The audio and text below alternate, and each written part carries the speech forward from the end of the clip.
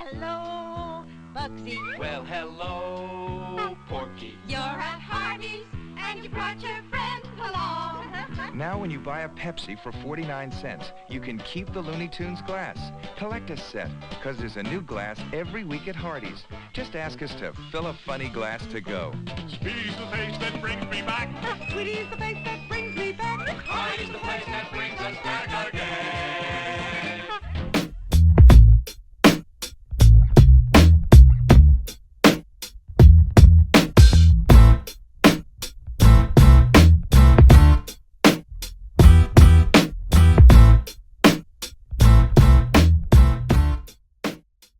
What's up, everybody? It's John with John's Sports Cards and Collectibles, coming at you with a brand new video. How's everyone doing out there today in the YouTube universe? Today we got a comic book video today. Got 6 books here. 3 are replacement books. Well, a 4th one is kind of a replacement book, but these first 3 that I'm going to show off are coverless books that I've had in my possession since I was a young kid, and I felt it like it was time to replace them. I recently did a video over the last few weeks of a pretty big group of comic books, some substantial ones that I replaced that were coverless. And these are like the Gold Key, Charlton ones that, are not very valuable, but are just things that I wanted to get replaced. So let's start out with the first one. Got Looney Tunes, some Looney Tunes action. Now, we've got some Silver Age books. There's one actually in this group, and then there's one in the second batch here. Some Marvel stuff, some cool stuff coming up. So it's not just these kiddie-type books, although these are really funny. I love these. This is Looney Tunes issue number 7 from 1976. Let me get you an exact date on that for those who want to know. April 1976 is the release date for this one. Here's this coverless version of this book. Now, I don't have information on who did the cover on this. This is like a mid to lower grade copy. I wasn't going to break the bank on this. I think I found this for $3, one of those long boxes that I always dig through, at various LCSs in the market here in Pittsburgh. So I found this. I was actually kind of surprised to find it. So, of course, I'm going to get it because I was looking for it. But this is funny. This has got a bunch of different stories. It's got the booty pageant, which you can see right here, flower power, pole vault, cock-a-doodle cow, pond, sweet pond, and the hep cat. These are all original stories, I believe, and they're funny, and there's a couple cool things in this issue. There's a hostess ad here for Flower Power. I guess they're considering that a story, but that's kind of cool, with Sylvester and Tweety Bird, and then there's some cool ads in here, but I love this hep cat. You can't really see it here. There, you can kind of see it, the hep cat. And they're just checking out this female cat across the street. And this one is it's funny. Ho ho, feast your eyes on that bido female feline polka. I can't even pronounce it. But there's Sylvester and these horned out cats right there.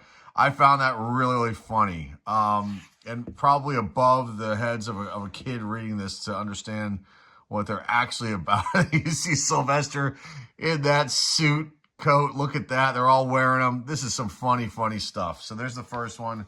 Looney Tunes issue number 7. And what else can I say? Gold Key put this out. It's from 1976. All I have is the editor. Craig Chase is the only info I have. April 10th is the actual date that this was public, the publication date. And then values on this like $3, it says. No one's gotten this comic book grade. $3, exactly what I paid for it. It's probably worth less than that, but it's probably worth like $1. But I wasn't going to pass it up once I found it, because these kind of books you can find them on eBay, and then you have to run the risk of, the books not being as good as they may look in the photographs and overpaying for them, which I've had to do a few times. So it's hard to find these in the wild, what I'm saying, out there at local comic shops. I'm sure I could find these at a show somewhere, probably, if I was to decide to go to anything like that. But, to find these, you're going to pick them up, with what I'm trying to do here, just trying to fill out little holes in the collection that books that need to be replaced. So there's this first one, Looney Tunes issue number 7. Let's get into the next one now, right now. Right, next up, we got the Flintstones and Pebbles. Yeah. I never would have bought this, as a teenager, even as a young kid. But it was in one of these, coverless bundles that my grandmother got for me when I was really, really young. Obviously, 6, 7 years old, probably around this time. Well, I was 6 when this came out, but probably, I don't know if I was 6 or 7 when I got the actual book, but I'll show you the coverless one in a second. And this was, I can't remember what I paid for this on eBay. And there were very few copies of this. A lot of them were beat to crap, had the spines destroyed. This one's got a crease right here.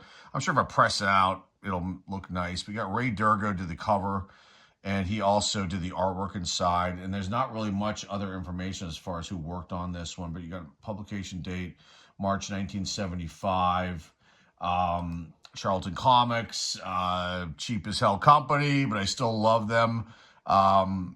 They put this out, and yeah, so let's just talk about the stories. You got The Sneak Thief, Goodbye, The Treasure, which is a 2-page non-Flintstones text story, which we're going to take a look at in a second. The Hostages in the Woman's Place. That's very appropriate for this day and age, right? No. Yeah, Fred Flintstone, he was just, he was a man of those times, when the Flintstones first came out. So, okay, let's talk about the values of this one. Ungraded, I can't remember what I paid for this. This is $7 to $8, $7 to $9 roughly. I think I paid around that for this book. So there's the Flintstones, issue number 36 from 1975. Now here's the coverless version, and it's really beat to all hell. You can see here, it's all tattered up. But let's take a look and see what this text story they're talking about here. And where is it? It should be after Goodbye, after this story here. Oh, there it is. Interesting. Who did the artwork for this? I wonder. Here it is. Michael Zeck. Story by Nicola Cuti. I know that name. Let's see, Nicola. That's like that might be a DC name. It's an artist. Nick Cuti. Nicola Cuti. Oh, it's saying so Nick Cuti or Cuti, C-U-T-I. It's either Cuti or Cutie. Let's see. He did E-Man. Oh, that's really crazy. He was I just covered E-Man a few videos ago. That's interesting. This is actually pretty cool. Let's see. The Moonchild, Captain Cosmos, Snowflake, and the Cosmic Sprite. Let's see. What else did he work on? It's underground stuff, a few of these. Charlton was with Charlton from 1972 to 1976. And then, let's see. There's all kinds of stuff. He worked in some films. Worked in some independent films or novels. You won a Ray Bradbury Award for writing. That's kind of cool. That's pretty interesting. I did not know that much about this individual, so that's kind of cool. And let's just see. And Michael Zeck seems like a familiar name too. Isn't it wild how a lot of these, things all tie into each other when it comes to these companies? Michael Zeck. Okay, let's check him out. I see Captain America here. I see Spider-Man. Let's look. He's still with us. He's 76 years old. Lives in Greenville, PA. Here, so let's see. He worked on, best known for his Marvel Comics, Captain America, Marvel Superheroes, Secret Wars, Master of Kung Fu, and The Punisher, as well as Kraven's Last Hunt storyline, the Spider-Man titles. That's really awesome. Isn't it crazy? I'm glad we looked at this, folks, that you're here looking at this with me. Because normally I would have just, talked about the comic book and bypassed it, and I saw that there was something different inside this book. I figured it's worth checking out. Let's see. He is also, his artwork is just on display at IUP, Indiana University Bloomington. I thought it was IUP, Indiana University, Pennsylvania. But that's really cool. Michael Zeck. That's the story inside. You can see this little fairy on top of this bee and the evil elf dude or leprechaun with his money, and there's the hostages, and we won't get too deep into this, but that's it. Revolutionary War soldiers. Oh, I drew on it too. I filled out I did the whatchamacallit here, the connected dots thing.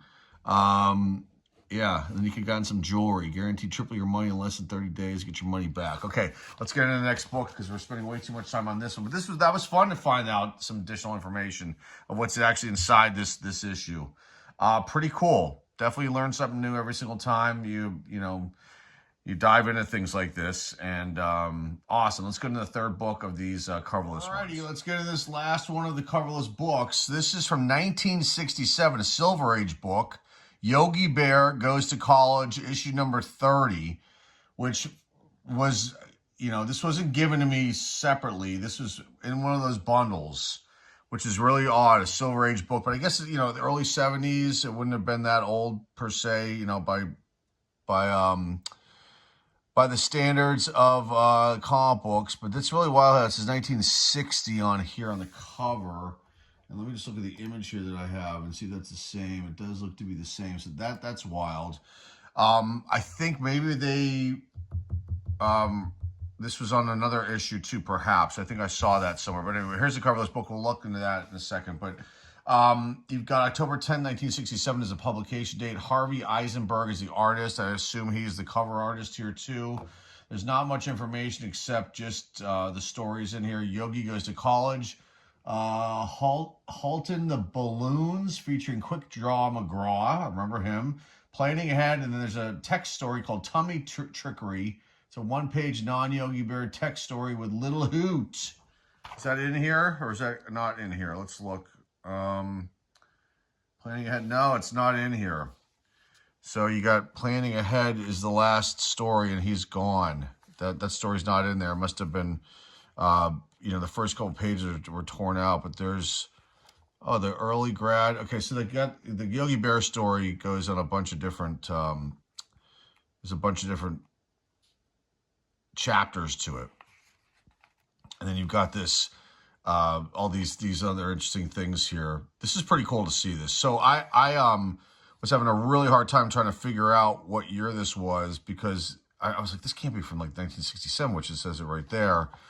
I had to do some research and digging, and it indeed is. So there's a coverless book that you just saw, and there it is. Now this is a lower grade copy, and this is an example of a book that, like, the photos looked a little bit better on eBay than what the book actually is. I mean, you can kind of, like in the photos, you can kind of see some of like the issues of the cover and the spine here, but it was hard to tell. And the way the lighting was, this looked a lot whiter. I don't want to think that, like, the sellers are doing it all intentionally, but sometimes it seems that way, that things look cleaner than they really are. And that's why you got to, like, be careful. And, I've only gotten burned a couple times. This one was kind of, I was on the fence with, but it was hard to find a cheap copy of this one. And a lot of them look like they had just been run over by a steamroller. Because this is a kiddie book, kids read these things, and then a lot of times they get thrown away or just, get food on them or spill drinks on these things, all kinds of crazy crap. I mean, I was guilty of doing that too as a kid, my early years of reading comic books. So there it is from the Silver Age. So it's pretty cool. October 1967. Pretty awesome. Yogi Bear Goes to College, issue number 30. Okay, let's get into the next three, which are getting into the big boy stuff now. Okay, next up, you've got Iron Man issue number 93. Now, this is a replacement copy, which I actually purchased by mistake because I was looking to replace issue number 94, and I got screwed up and I bought this. But I still needed a replacement for this because 93, this issue that I have in my collection, is kind of, it's not like coverless or have anything cut out of the cover. It just, it was a reader copy. And I probably wouldn't have replaced it per se, but, once it came in, I realized, oh, shoot, I bought the wrong one. But then I'm like, okay, this is a really high-grade copy anyway, and it wasn't that expensive. So it was a mistake pickup, but not a bad pickup. So you see Commander Kraken, on the cover here, along with Iron Man getting blasted. And I used to love this issue when I was a kid. This came out, release date September 28, 1976, cover date 1976. So it would have been 7 when this was out, and I can't remember if I got this like at a newsstand originally, not this one, but the original one, which is boxed upstairs, or if this came in like a multi-mag. I can't remember off the top of my head. But regardless, still awesome cover. And you've got Jack Kirby doing the cover on this one. So we'll get into those folks in a second who worked on this. But you got Iron Man, Tony Stark, and then Abe Klein, Chrissy Longfellow, the supporting characters. Commander Kraken is the antagonist along with his pirates. And are there any other appearances of anybody? No. And let's see. In this issue, it is noted that Abe Klein is now Tony Stark's senior production supervisor. Chrissy Longfellow has become Stark's executive secretary, replacing Pepper Hogan. Oh no, Pepper's out and Chrissy's in this issue. Okay, who worked on this book? A lot of people worked on this book. You've got obviously cover artist Jack Kirby and Al Milgrom assisted him. You have writer Herb Trimpe and Jerry Conway. Jerry Conway is also the editor, and then other artists that worked on this: Janice Cohen, Jack Kirby, Herb, Dan Crespi, Joe Rosen, and Jack Abel. Issue number 93 of Iron Man. Values in this book, $6 to $10 on ungraded. A 9.8 is worth $131. And just out of curiosity, let's see what a 10 is worth. That says only 171. Wow, you think it would be higher than that, but 10s are like finding unicorns. And by the way, the Yogi Bear value was $5 or $6 to $8, somewhere in there. And I think I paid less than that for it. So forgot to add the pricing of it. There's issue number 93 of The Invincible Iron Man from 1976. These next two are awesome. A really early Bronze Age and a Silver Age book to wrap up the video. Let's get into those two right now. From 1972, you've got Weird Western Tales, issue number 12. And this is awesome. That's all I have to say. Okay, before we get into that, the Iron Man book that I just showcased, the title is Kraken Kills. I forgot to mention that. So that's out of the way. I like to have that information in front of me and give that to you guys. I paid $7.50 for this comic book, and it's worth a lot more. And I won it in an auction on eBay. And it's definitely like a higher grade, probably a 7 or higher. The back's pretty damn clean. The cover's really clean. I mean, I don't even know if it needs to be pressed out. I think the pages are like off-white, perhaps. I got to look and see, compare them to the charts that I have for page color. But a really, really nice copy of this issue. And this is actually the first Jonah Hex issue that I own.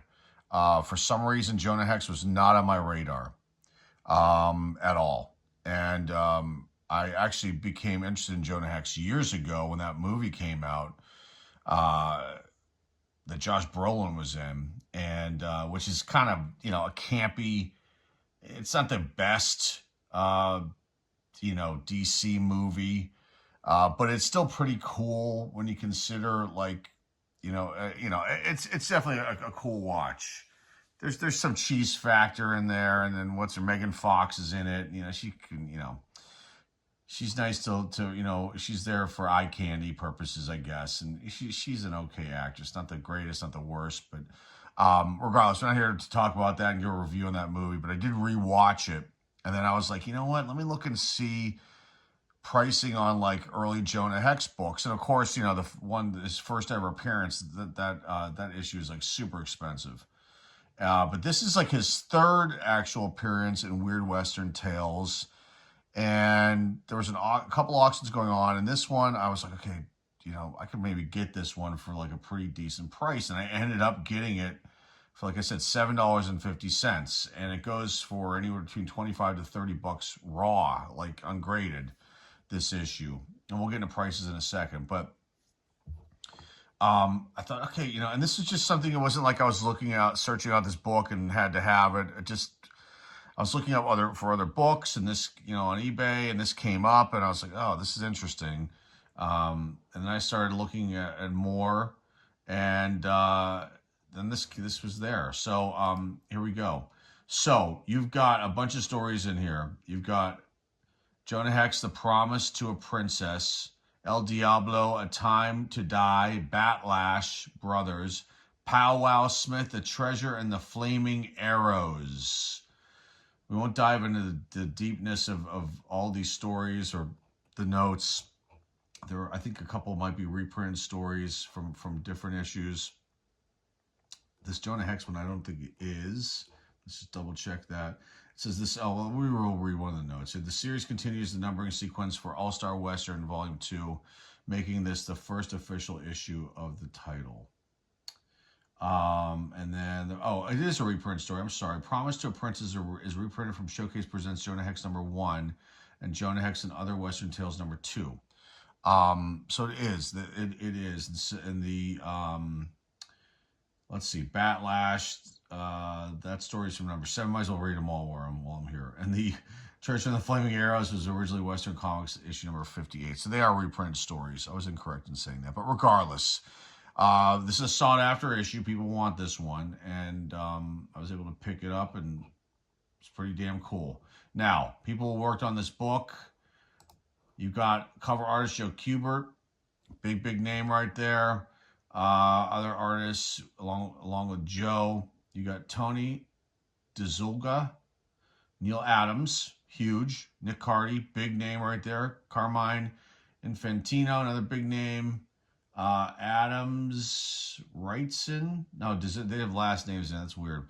All right, writers. France Heron, Carrie Bates, Denny O'Neil, Sergio Aragones, and John Albano. And then the editor was Joe Orlando and Mike Hannerfeld. So there you go, the Weird Western Tales, issue #12. Like I said, ungraded, raw, $25 to $30. At 9.8, and this book is worth close to $300. And if you're lucky, you get it at 10, it's worth $385. There have been a whopping total of 246 copies of this issue graded. The Iron Man, I think, was 137. So people would definitely get this one graded without a doubt. So nice one to add to the collection. I will figure out what I'm going to do with it. I might keep it. I'm not sure, since it is the first Jonah Hex related title that I now own. You know, and I need some characters to start searching out and going after. Maybe he'll be one of them. But this is just awesome. I mean, the cover's awesome. The colors are really nice on this one. You got Jonah Hex right there. El Diablo, Batlash, and Powwow Smith. This is just really cool. Nice stuff right here from 1972. Did I give out the dates for this one? I did not. July 1972 is the release and publication date of this Weird Western Tales, issue #12. All right, on to the last book, a really awesome one, Silver Age. Here's the last book of the video. An awesome copy, Silver Age copy of the Incredible Hulk issue 119 with the 15-cent price up there. Really wonderful colors on this book. A pretty, high grade. I think they were calling this like a very fine plus, or even higher than that. I can't remember. Paid $10.50 for this book.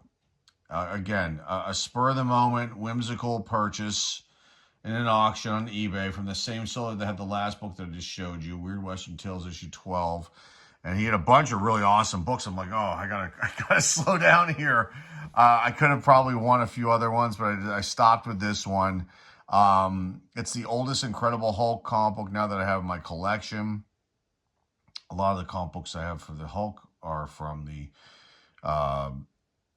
Middle Bronze Age time frame, a few earlier ones from like the earlier 70s.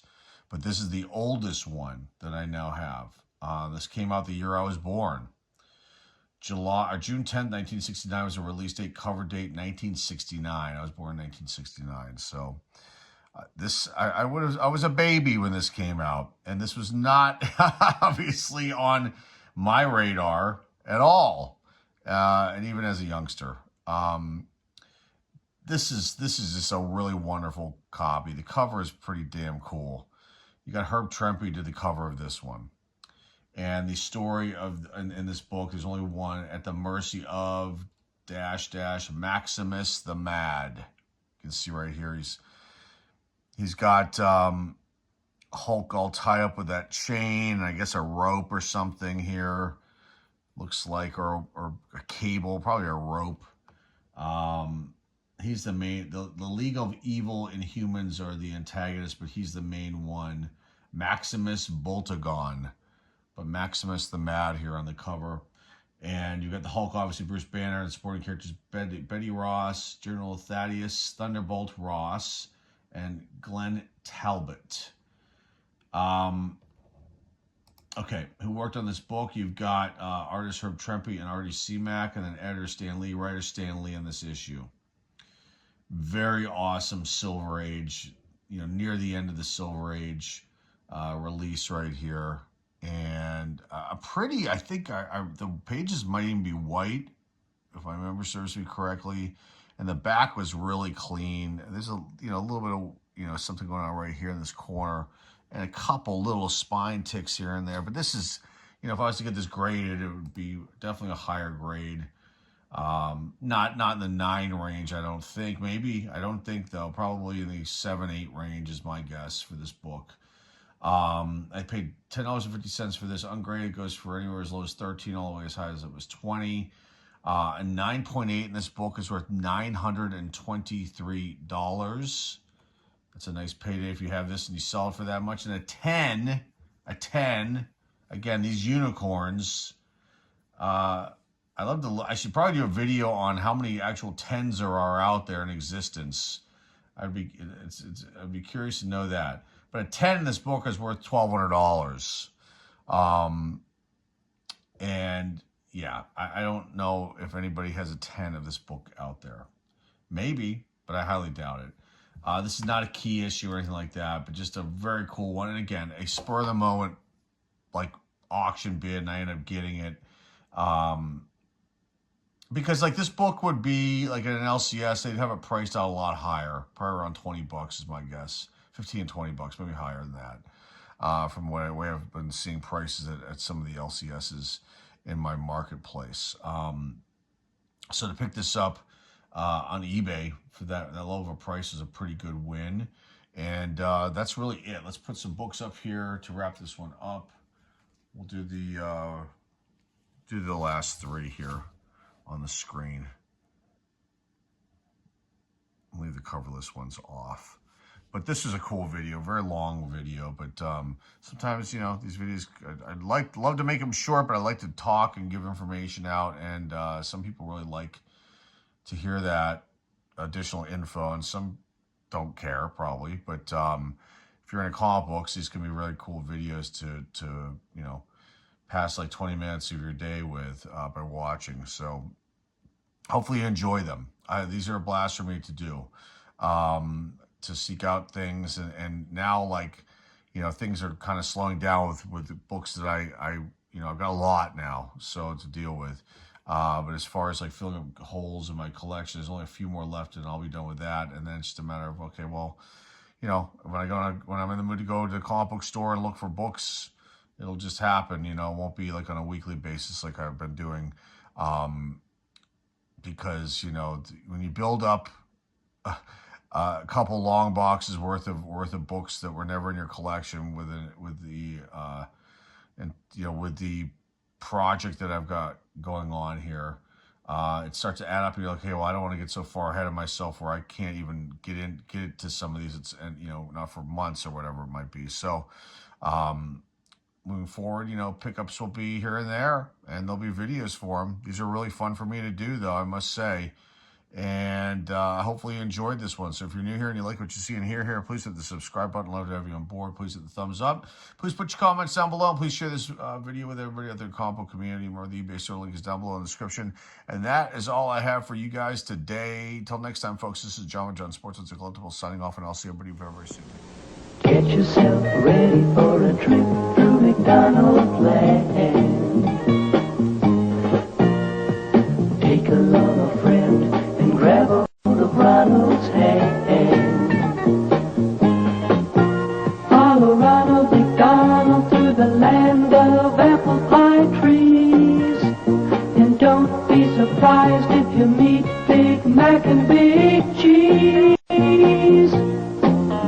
There's thick-shaped volcanoes, you'll even find a French fry patch. Now just turn around and see if you won't find a hamburger patch as you're heading for